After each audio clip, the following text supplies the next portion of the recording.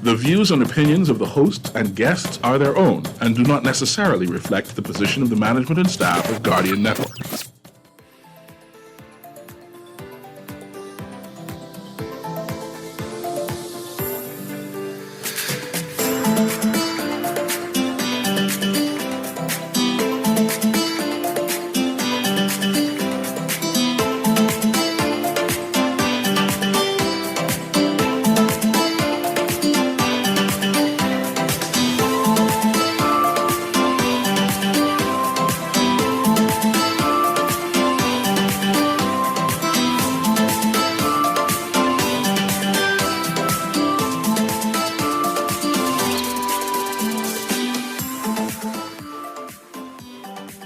Good morning and welcome to Guardian Radio A.M. Today is Friday, May 27th, and it's a little after 11 a.m. in the morning. And once again, I'm your host, I'm C.A. Nuri, and today we shall be talking about the way forward. We shall be talking about big ideas, how we can make Bahamian history, Bahamian monuments, Bahamian landmarks, Bahamian sightseeing views, a monetary asset for the country. Well, today I supposed to have a guest, and he just called me and said that he's running a few minutes late, so I'm waiting on him. And that'll be no other than Dion Sims, right, who is a tour and programs coordinator at the AMMC, which is Antiquities, Monuments, and Museums Corporation, right? And he has been very instrumental in the Living History Program Festival. So this is what my agenda is today. How can we make our forts and our historical sites a monetary thing, a cultural thing that we as Bahamians are immersed and a part of our daily living? I know Dion Sims has some ideas about it, some big ideas, and I want to flesh some of those things out. I find that people in the Bahamas are not familiar with the rich history that we have in the Bahamas. For instance, there is a pirates show, and the name escapes me. Not Pirates of the Caribbean. Black Sails. Black Sails is the setting is in historical New Providence, so historical Nassau, where they have Fort Nassau being mentioned. And that Fort Nassau, and a few people know that Fort Nassau is at the site where the British Colonial Hotel is, right? It has been destroyed by fire when the pirates come. And I'll talk about that, and destroyed Nassau several times, right? That in this series, Black Sail, they intimately mention Bahamian names, surnames. They intimately mention Bahamian governors. They tell a story of old, which I think we in the Bahamas can market, right? They tell a tale about Harbor Island being basically the capital of the Bahamas before it moved to Providence Island. They tell a tale about pirates like Blackbeard being the governor of the Bahamas. They tell a tale about the proprietary government in their system. And I think that there are guests and Bahamians alike who would be interested in knowing about this. When I was younger, when I say younger, I'm talking about 10, 11 years old, there was a place called Lost World. Lost World was located on Market Street, where the burnt out city market building is right now. This particular ground was a shortcut used by the people in the area, the kids in the area, that took us from Market Street across from C.R. Walker, or at that time was Timothy Gibson Primary School and T.A. Thompson Primary School, and it led us to the post office and as a shortcut. And I remember at this instant, whilst I was taking the shortcut with my friends, right, we came across a cave system that had stairs, right? And when we went down these stairs, and I was scary. I was a scary black boy then. I wasn't brave like the other kids. When I went down these stairs, there were what I call statues, old statues. And I remember one of my friends, and my friend was Casey Musier. He came out with a sword, an old pirate sword. And this cave system had a number of artifacts, which I thought that someone just stored them there. But as I become man, I realized that these artifacts are replicas or remnants of a bygone time in the Bahamas. And I'm asking, do you know that once upon a time, there was a series of caves, tunnels, that connect the government house to Grey Cliff, to parts of Bay Street, to the Fort Charlotte area, that you can take tunnels that ran for miles. Recently, when I say recently, about a month or two ago, I went by Grey Cliff, right? And I decided to go in their parking lot, which is across the street, right? And Grey Cliff is doing an awesome job with all of those theme parks they have there, right? And Behemoths need to go and check that out to see what all they're offering now. And I went across the street in that lowered section, and I realized that there exists an entrance to a cave, to a tunnel, right? Parts of it is sealed. And I'm wondering, what is that? And as part of my investigation, I went over to Grey Cliff to speak. He said, yes, that part is where they sealed off their wine cellar, right? And that once upon a time, their wine cellar where they have all the expensive wines, their tunnel that connected from Government House and various other places connected all the way to the Fort Charlotte area. And that's what I'm going to talk about today when Dion Sims comes on. And the reason why we're going to bring all this up is because the AMC is about to have their premiere festival on June 4th, where they will encompass the history of the forts, along with having a family activity. And Dion Sims is a part of that, and he's going to explain how that's going to happen. I see you, caller, and give me a few moments, and I'll be happy to take your call so we can speak about what are the possibilities of how we in the Bahamas can make money. And I want persons who know about these caves, who know about these tunnel systems, to call in and to tell their story, and also to give us some ideas on what exactly can Bahamians do to make money from these historical monuments, right? Oh, I see Dion there. Dion, come right inside and come and introduce yourself. Close the door there, please. And I also quickened to speak about the water tower on by Fort Finn Castle, and how that too isn't being used. And I'm gonna prick Dion as much as I can, right? No, but let me get this caller. Go ahead, Kermit. Let me see what the caller is saying right now. Go ahead, caller. Yeah. Morning. Good morning. I think, man, it's time you guys get some 2 hours, rather than all them repeats in the evening, Try to get some 2 hour shows. At least 1 hour ain't enough, But I want to digress a bit, I was, with the way our government is spending this money on all the things, bringing it on. And then I see nothing in it for only for the rich and the high middle class. Like I tried to make a contribution earlier about the sports, man. It's time the government spends some money in the inner city on sports and not on these rich kids or these high middle class kids. You understand me? Yeah, and I appreciate that.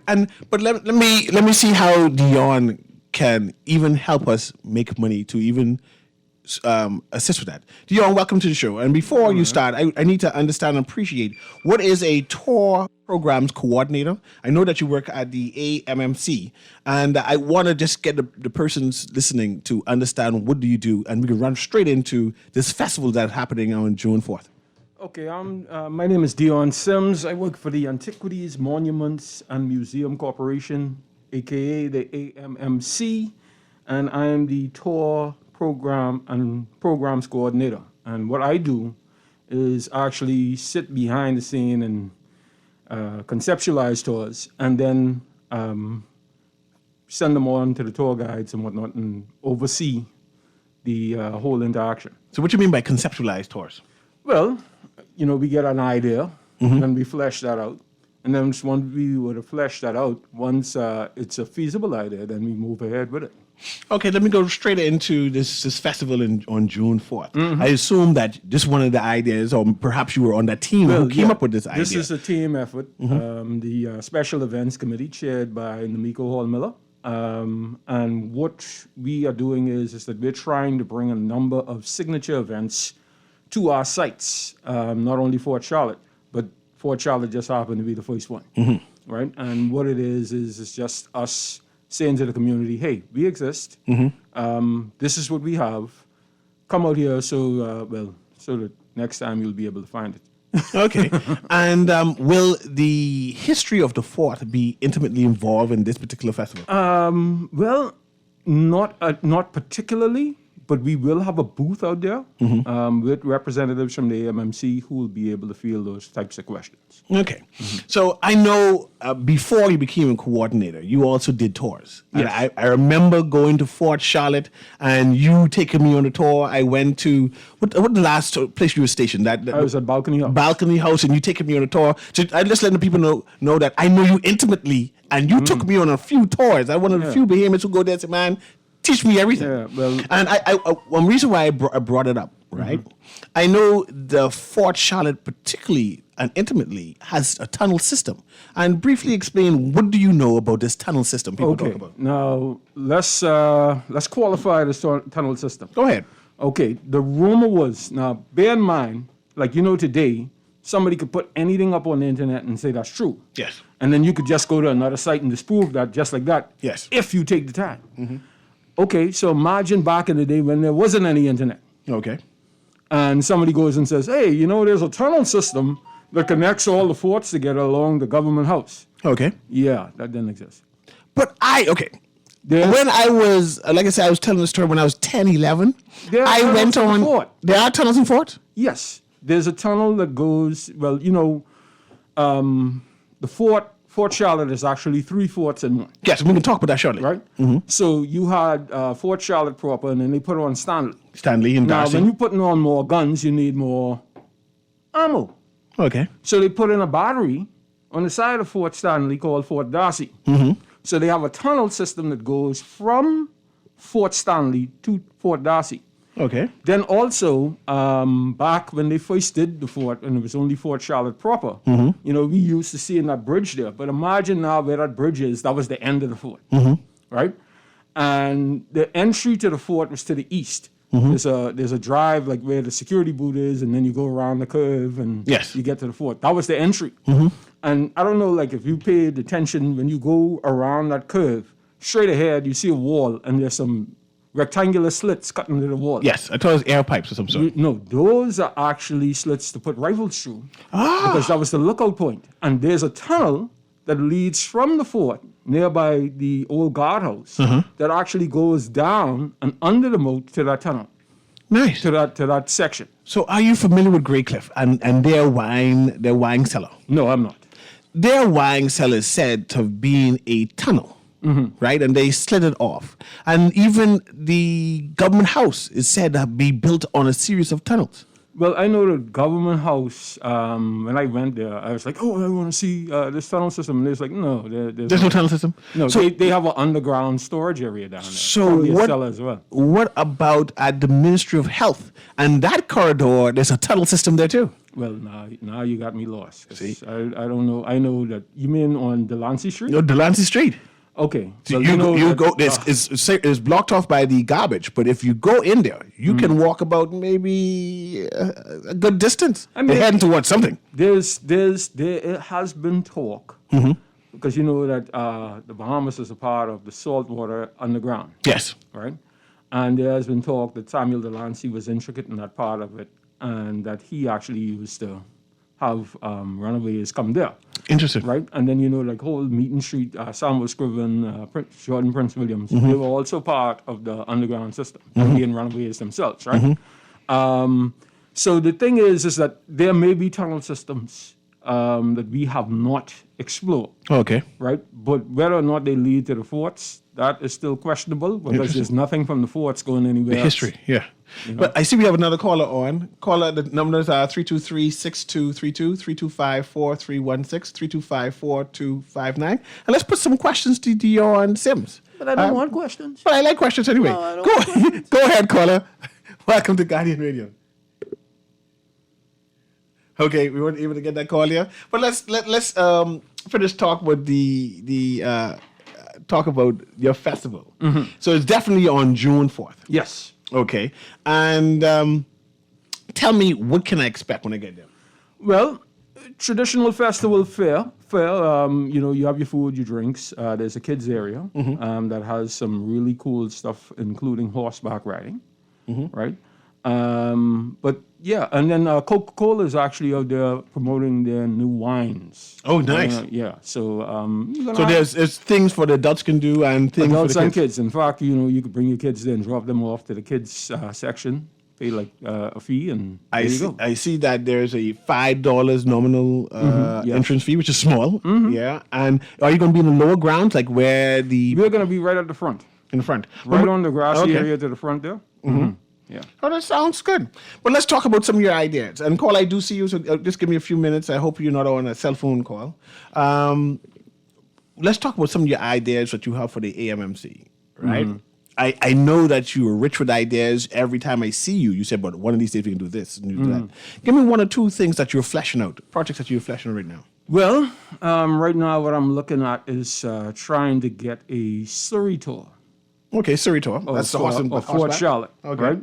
So picture this. Right now, those tunnels that we spoke about, Yes.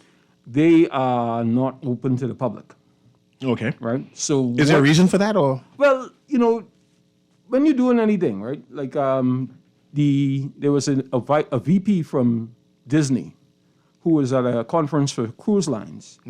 And he was saying that, look, you need to have things that have to be fun, it have to be a show, but it have to be safe, right? And he said, if it's not safe, then forget the rest. And so with the tunnel system right now, they're not safe because, Centuries of, yeah. well, no. I mean, one isn't lit up properly, so people can walk through there. And then there's a very steep staircase in there that has to be adjusted, right? And the other one is one way in and one way out, which could be a problem. Yes. Right? So what we, in order for us to move forward in the way that I would envision, we actually need a strategic partner. So anybody out there with deep pockets and love heritage, please feel free to call us at any And time. I know Life with Key always looking for projects, and especially rich Bahamians, especially those persons who claim 7th and 8th generation Bahamians. Yeah. Right? So I'm sure if you come up with an idea that they can bite into, Of course. and be interested in, that you can flesh out, I'm sure they're interested to invest in that. They're always looking for new projects. Yeah. I see a question here. Said, great show. As usual, I have a bone to pick about my tour at Fort Charlotte. I carried my kids to play bat and ball, and they told me we can't play bat and ball there anymore.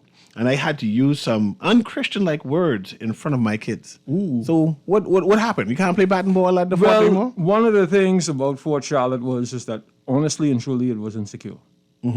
So we had to, and that was pointed out by an industry expert that, look, if you want people to come here, you have to make it secure. So we had to secure it. And what that means is that no unauthorized entry to the fort.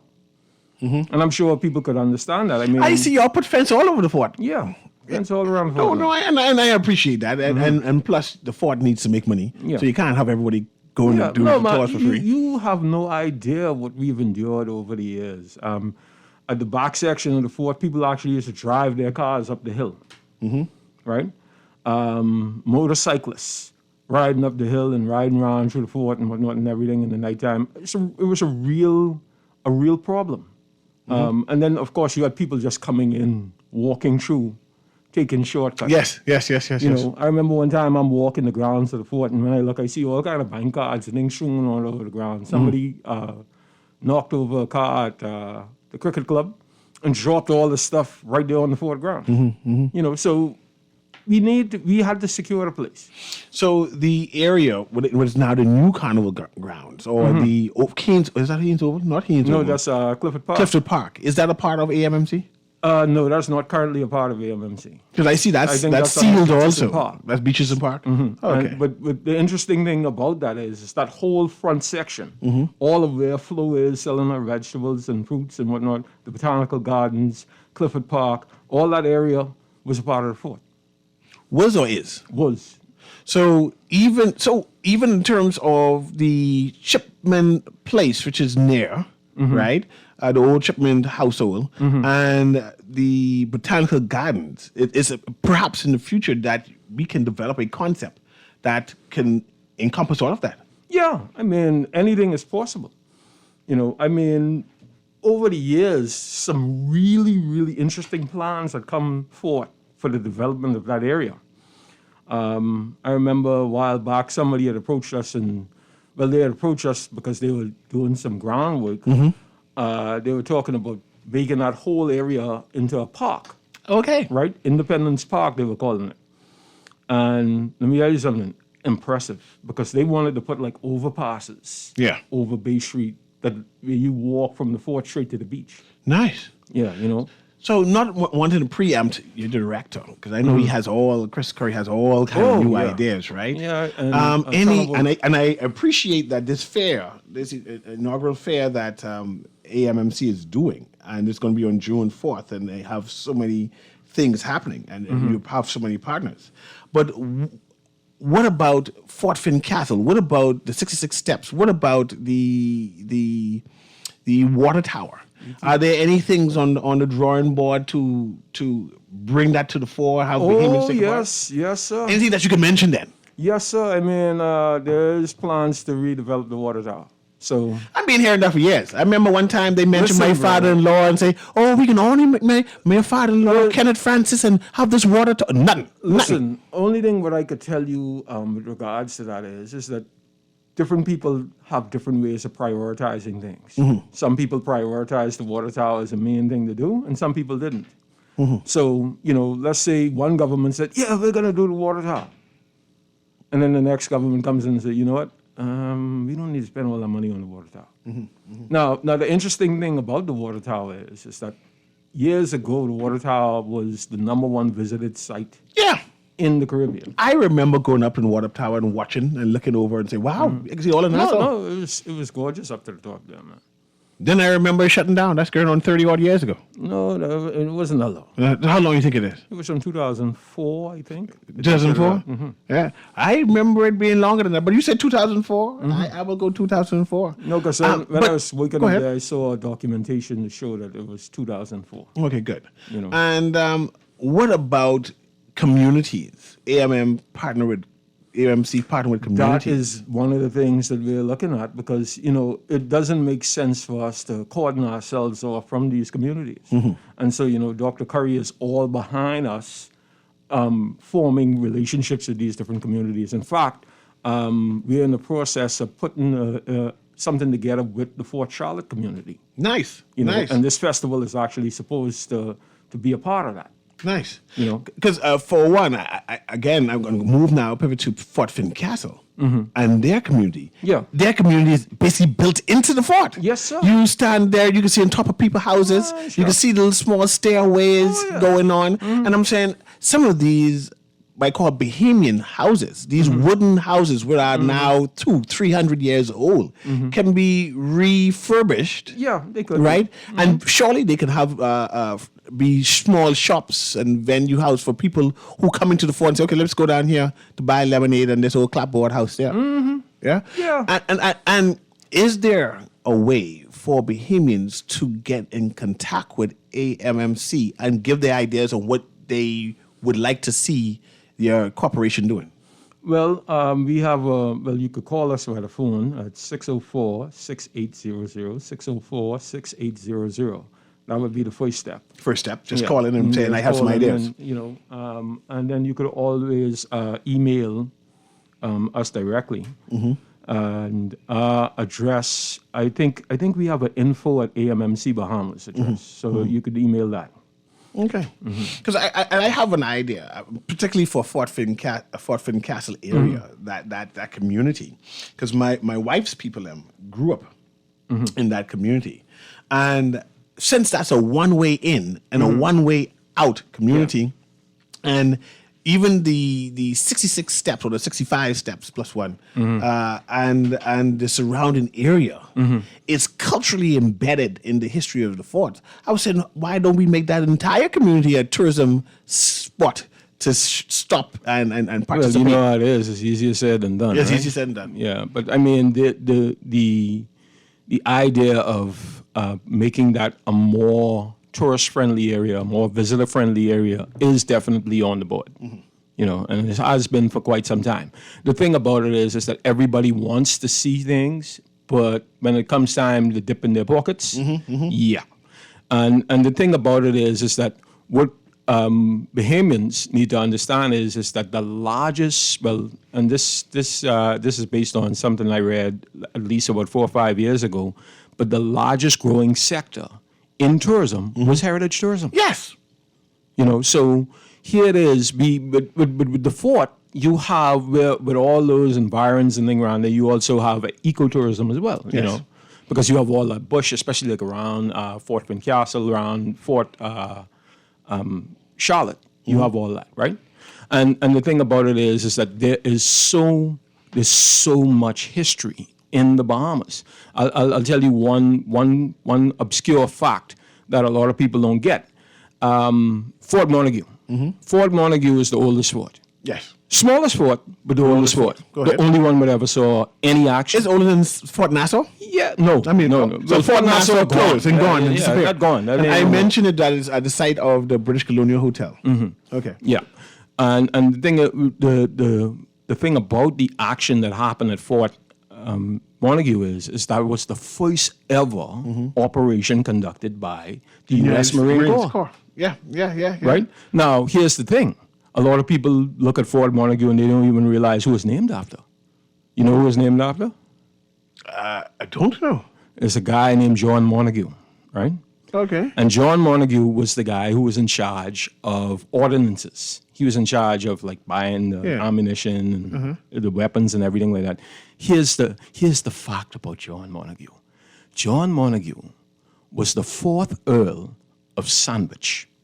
Earl of Sandwich. And guess what bears his name and we eat it almost every day? Sandwich? That's right. He's credited for inventing the sandwich. Excellent. I see we have a call there. Go ahead, caller. Thanks very much for your patience. We had a technical difficulty just now, but go ahead, caller. Yes, good afternoon. This is Catherine Chisnell. Hi, Dion. Hi, T.A. Nuri. Hey, how Mr. are you, Chisholm. man? Catherine's I good to would hear just you. like to, first of all, thank you both for your cultural contributions to our country. You're most because welcome. you both see our history as what it is, which is something that is extraordinarily interesting and marketable and sexy and worth us making worth us making money on in the future for ourselves locally. I think sometimes the people that see the least in that which is our depth rather than our surface beauty, which is our, blonde beaches and blue-eyed peas, is us. Everyone else is capitalizing us. All of the Pirates of the Caribbean movies got it. As you were talking about earlier, Black Sails got it. They know that we are fascinating, and they're making money off of us. And I love hearing Dion talk because he's so educated when it comes to the wealth of the resources that we have historically. And I'm thrilled to know that AMMC is carrying on the ideas of having a living history fair, having these festivals. As you know, I come from the festival. Oh, yeah. Yeah, I was going to talk Definitely. about what big things your family is doing, because your entire family is dedicated to preserving Bahamian history mean. and exploring Well, what and happened. I did my master's in colonial history What? of the Caribbean. That is so in my new life. I was hoping in my new life, as I hit my old birthday this weekend, you could say happy birthday to me. I'm Happy hoping birthday. That we can continue to make resources available to our kids so they can see this is not something that is boring. Sometimes you have to pay people to show up to history in museums, in places you go. It's almost like part of the punishment of travel. But here, this is exciting. We have a deep history that is thrilling. And again, like Hollywood gets it. I mean, even I love my Korean dramas. I even watched a Korean drama lately about piracy. I'm like, we need to really dig our teeth into that which made us. I mean, we are here by some kind of divine lottery that through a barbaric history landed us on these shores. But now it's time for us to claim it and to own it and to talk about what is truly us, because we have uniquely crafted a culture through a history that might not have been chosen but now has to be claimed. Hearing these events come up really it thrills me. And I'm fully supportive of it. As you know, I come from the Rum Bahamas background. Oh, yes. The New Rum Festival is not us. We don't know who that is. That is not us, if you see that posted on Instagram. But that really sought to integrate itself into the physical history that was Fort Charlotte, which is, I mean, as a little kid, I used to run around there barefoot, and to see my kids also do that and sit atop the cannons, I don't know if Disney would approve of that safety. But I'm like, wow, it's not optional. It's vital to our survival as a tourist economy, and just to educate our kids and have them have some kind of pride and knowledge and understanding of that which it is to be Bahamian. Without that self-esteem, with us just seeing our areas like that as a dumping ground, basically, or something to be forgotten about and not deserving of the toil of upkeep, we will lose that which is the true wealth of our country, which is our soul, our cultural soul. That's right. I just wanted to thank you. I'm I excited appreciate to hear you. about You're most these welcome, things. my dear. I fully support them with my whole life. I told my husband on my first date I was never leaving the Bahamas.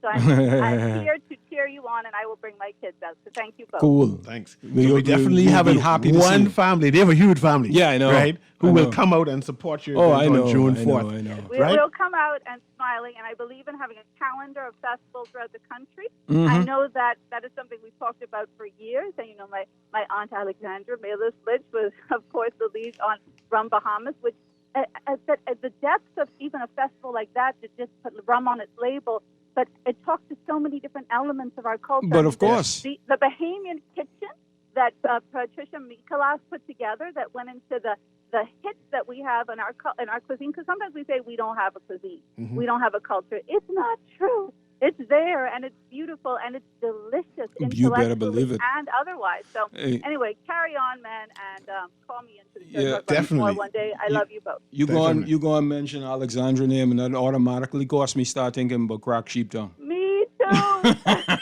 Crack sheep tongue. My boy, if you ain't had crack sheep tongue, you ain't serious. These Greeks cracking everything. Boy, crack from sheep tongue crack is the crack sheep business, tongue. bro. Nice, nice. Nice talking to you, Catherine.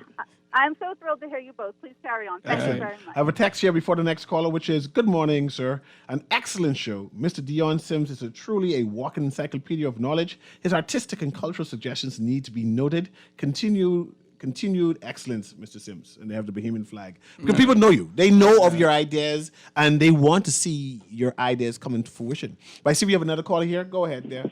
Good morning, Mr. Nuri. How you doing? Thank you very much for your patience. Go ahead. Okay, yes, and so I can't agree. Yesterday is so good this morning. Can't stop listening, man. You need one hour show. Yes, I do agree. Let me tell you something. See, this is why I hate what they did to us in the past. They didn't teach us our history. I mean, I went straight from Eastern Junior, Eastern Senior, Government High, this, and only thing I knew about was Henry VIII and all of them. All of them, Pope and King and Queen and King of France and Germany and everything. And they ain't teach us nothing but be fair. Yeah. You know, they rob us. Yeah. This ain't no joke, no rob us. They really rob us. And now, you know what, listen what Freddie Munnan Sr. said. One time ago, the tourists used to come for the Bahamas, sun, sea, sun, and the entertainment. They used to come to see the Bahamian people, our smiles, our straw windows and everything. Freddie Munnan Sr. said the politicians came in and took everything from the Bahamians and centered everything on the politicians. And that's all we want to talk about every day on radio, politics, politicians, this minister, that minister, that, what this one teach, what that one do, every day, all year. You know, we also have a gun battery on Porterski Dock. Yes, Yeah. I don't see it there. You know, we also have black bears stopping up on Eastern Road. So they say yes, there. You know, we also have a fort on the eastern end of the island called Fort Benton. Yes, Yes, I sir. remember when they Up to the rediscovered it. bush. Do you know that some rich white people, they had cannons up there, you know, Yeah. up to Benton. You know, some rich, they they saw one truck going up there with one. That's right. Then they lifted. That's right. That's right. They stole. Okay, you see, when you start accusing people, you No, think that- well, the thing about it is I remember that story about how somebody found the Fort Winton, and instead of like bringing in the authorities, they decided to try and cash in on it. and the truth is, it was on their land. They buy the land, and the fort actually happened to be on the land they Yeah. bought, and that's a different thing.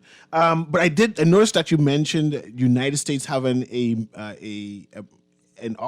when they invaded the Bahamas. In fact, United States invaded the Bahamas twice in 1776, I think, and a couple of years afterwards, especially after their War of Independence, and they considered the Bahamas a threat. And they even occupied the Bahamas briefly. Yeah, I So- think that was like about 3 days. But Yeah, yeah. The Spanish was longer. And Spanish was like for a year. And I remember you saying that Fort Montague is the only one who saw action. I remember Yeah. shooting the cannons, and that because it had no activity, all the cannons cracked up and it was destroyed briefly, and because of the operation.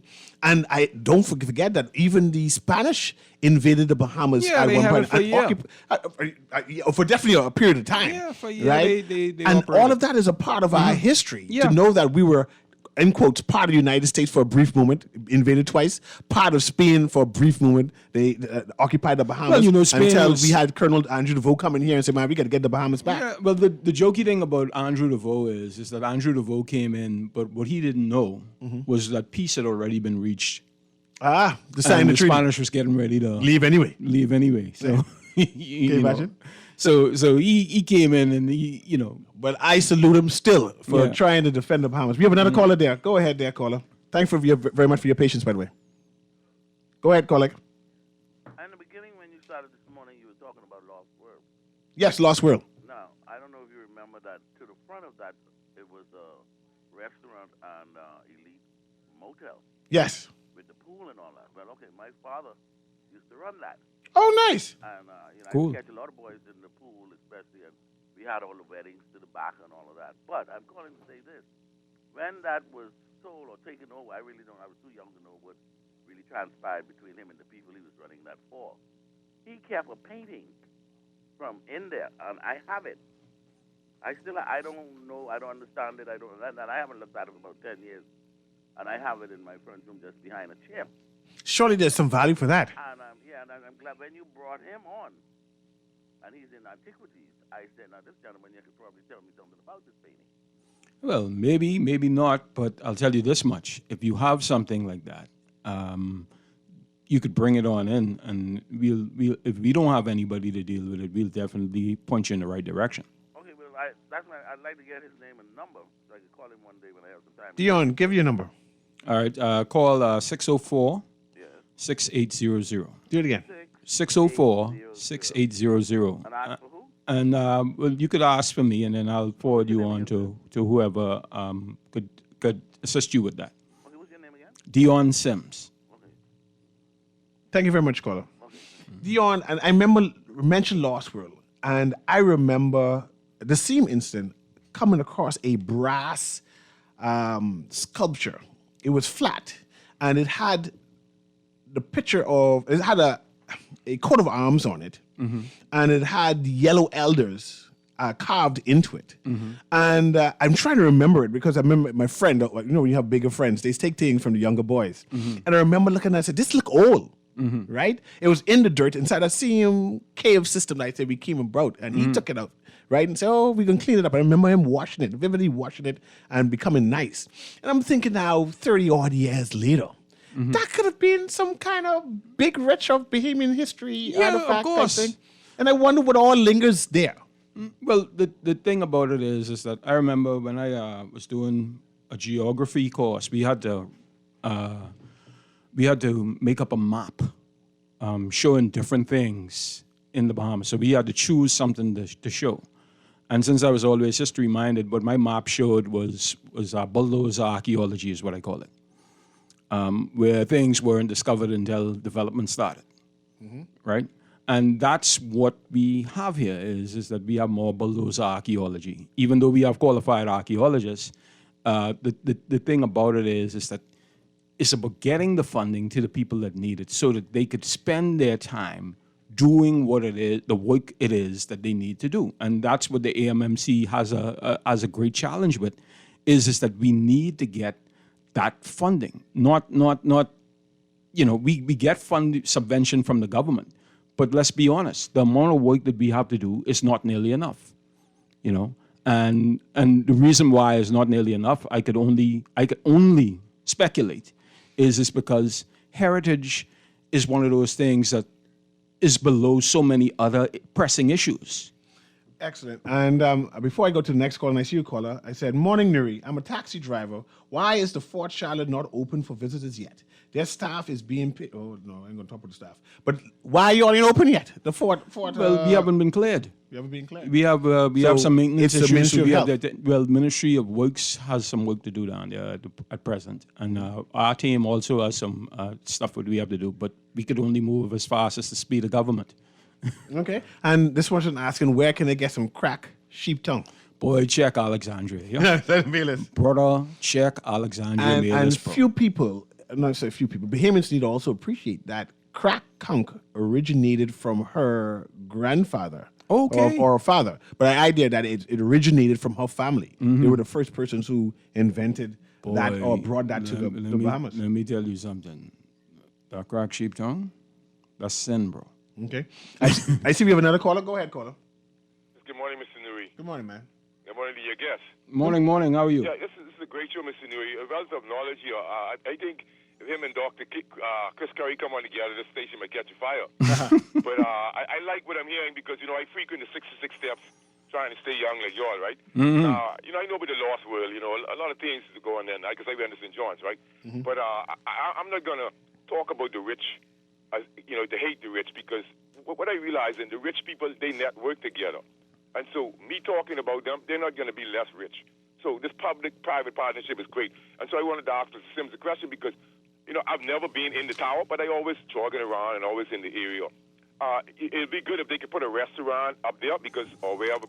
My brother, you speak in my language. That's a breathtaking view, man. Yeah, you are speaking my language, sir. And I wanted to know why is it that the waterfall stopped working for a couple of months now.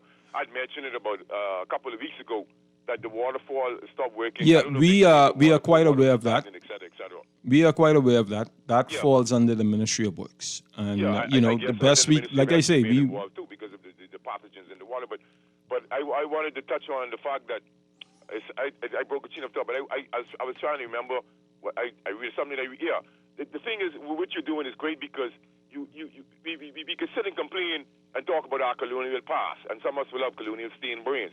But it would be great if we could do what you're suggesting, come into existence, and we can make money from this, seeing that they already made money from us. Let's have some reciprocity here, man. Bless them. Keep it up, Nuri. Amen. Blessings to you. I see at the 66 step bottom a pop-up shop. Oh, that, yeah, definitely. Like on a Friday or Saturday, that entire area is lit up with colorful lights. Listen, where Bahamians can walk there and experience different pop-up events and trinkets and Nuri, food all I can tell and you culture is and conch salad and conch fritters. Use my boy and everything, right? But stay out of my brain, please. I was running all kind of people's brain, man. Just possess people. But I see we have another caller. Go ahead, caller. Hey, Nuri. Go ahead. What is that? Raise your man. That's your boy, Skillaboo. Oh, you said Skillaboo. Remember me? Yeah, man, that's Mason's. Right, exactly. And I come to help you with the Fort St. Castle. Go ahead. I come to help you with that. I was an explorer and I was a tour guide. Mm-hmm. Now, you see how you was talking about the tunnel, right? Yes. The tunnel don't only go from the Port Charlotte to the government house. Mm-hmm. The tunnel go from the Port Charlotte straight out west by the cave. And from Port St. Castle, it used to go straight out to Montague. Now, what happened by Port St. Castle? You see down where the Queen's Staircase is? Mm-hmm. That wasn't like that one time. That was one solid rock. Mm-hmm. It took 600 slaves to carve that out. Mm-hmm. It took them 18 years. Now, what happened is, when they carved that out, we used to go down in the tunnel then. If you look to the bottom of the Queen's Staircase, you will see a seal off. Yeah, I see a seal off. Right. That's where we used to go. We used to go in there, and we used to go like way downtown. Okay. Let me. That take you out to the waterfront. That take you straight out to the government house. That carry you straight out to the Fort Charlotte. That carry you straight out west by the cave. That's how deep that is. That ain't no place to play. Now, concerning the water tower, Lemon Man No Dion has been shut down before 2004. Water tower wasn't functioning for a little while, like you say.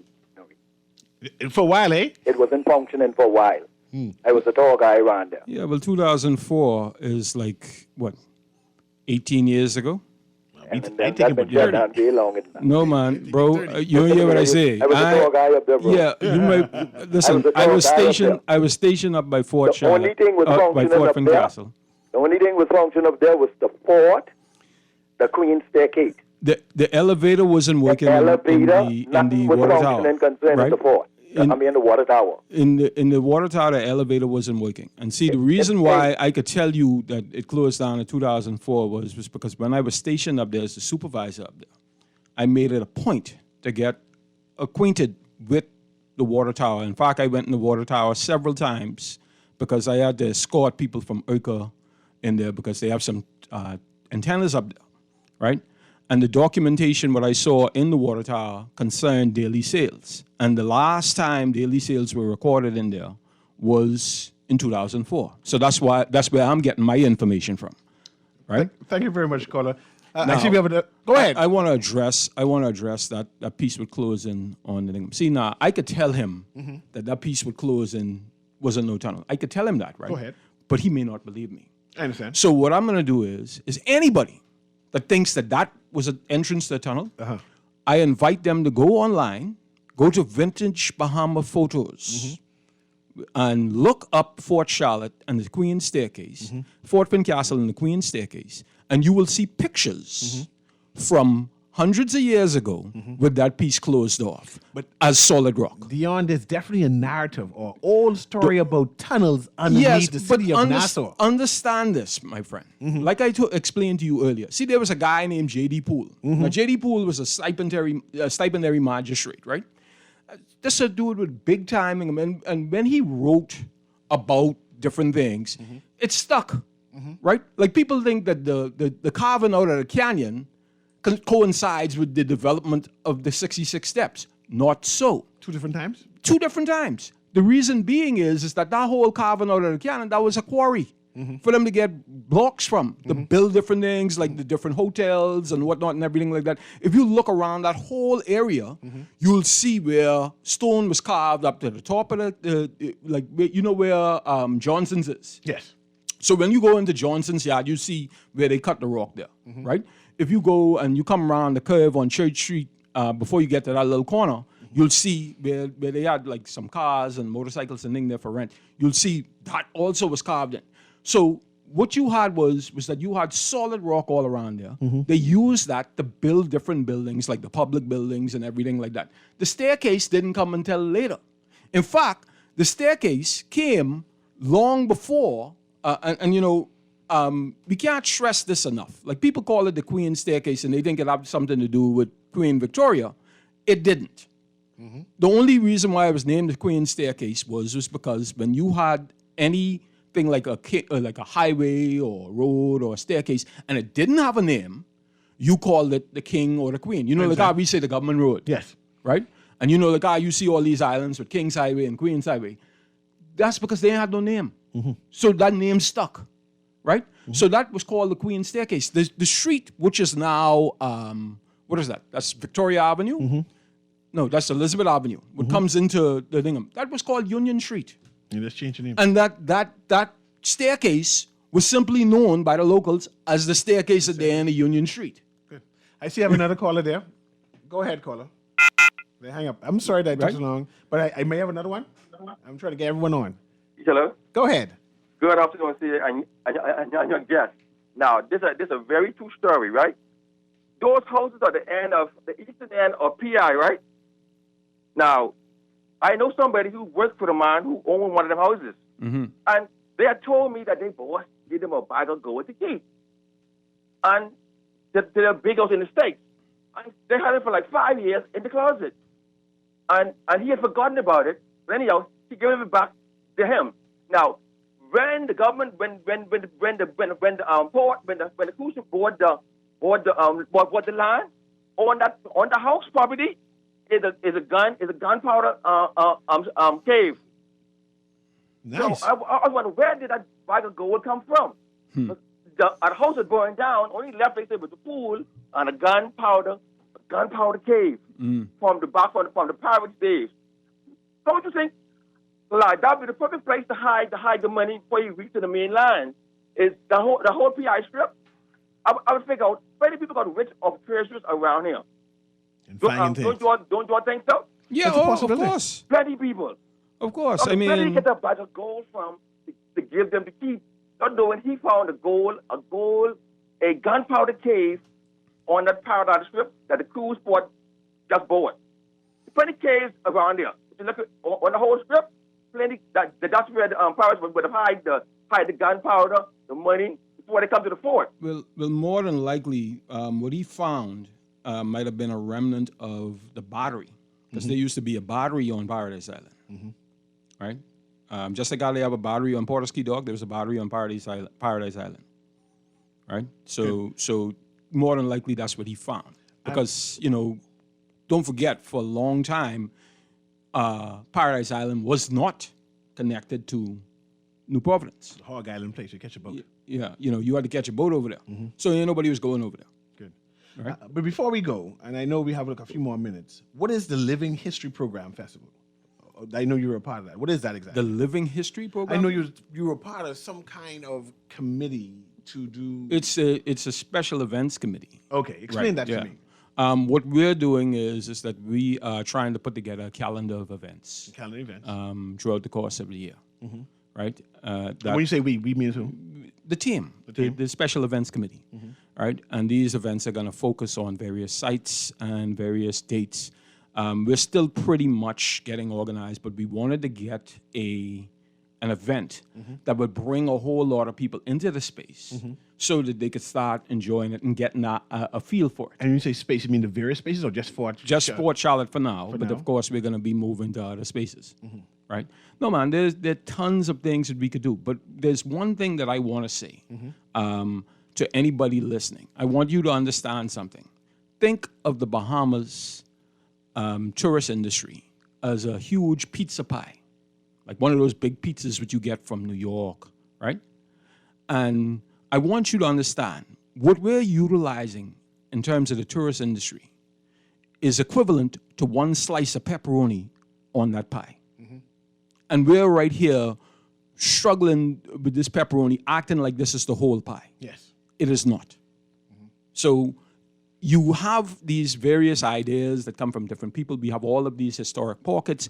We have so many things, and the thing is that we have so many neighbors that have been showing us the way for years. Yes. That we could follow suit and make but money man, for the Bahamas. Let me tell you something. If you ever went to Cuba, right, and you go to Cuba, one of the things what I always remember about Cuba is John Lennon Park. Now, John Lennon was a British pop star. Yes. Remember the Beatles?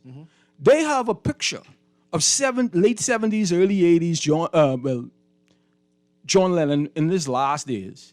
They have a sculpture of him sitting on a bench in that park. And we forget that we had a king who was governor of the Bahamas. No, but see now, yeah. We can capitalize on that, no, surely. But see, let me ask you something. I point that out because here it is, the Beatles did a whole movie here on this island. And we don't have nothing to mark. In the Bahamas? Yes. They had a Beatles movie in the Bahamas? Although, yes, it's called Help. Oh, Right? help. Yeah. I need someone and to when help. you watch it, they were like in England, and then they came to the Bahamas. And a lot of shenanigans happened. They even had police in this movie and everything like that. And they visited Fort Charlotte. And the rumor is, and see, we can't substantiate it, but the rumor is that while they visited Fort Charlotte, they went into that local point what I was telling you about. Yeah. And they actually followed suit and wrote their names on the wall. Ah. Right? So you have stories like this one. Like if you went to Cuba would capitalize on that. We are not capitalizing on these things.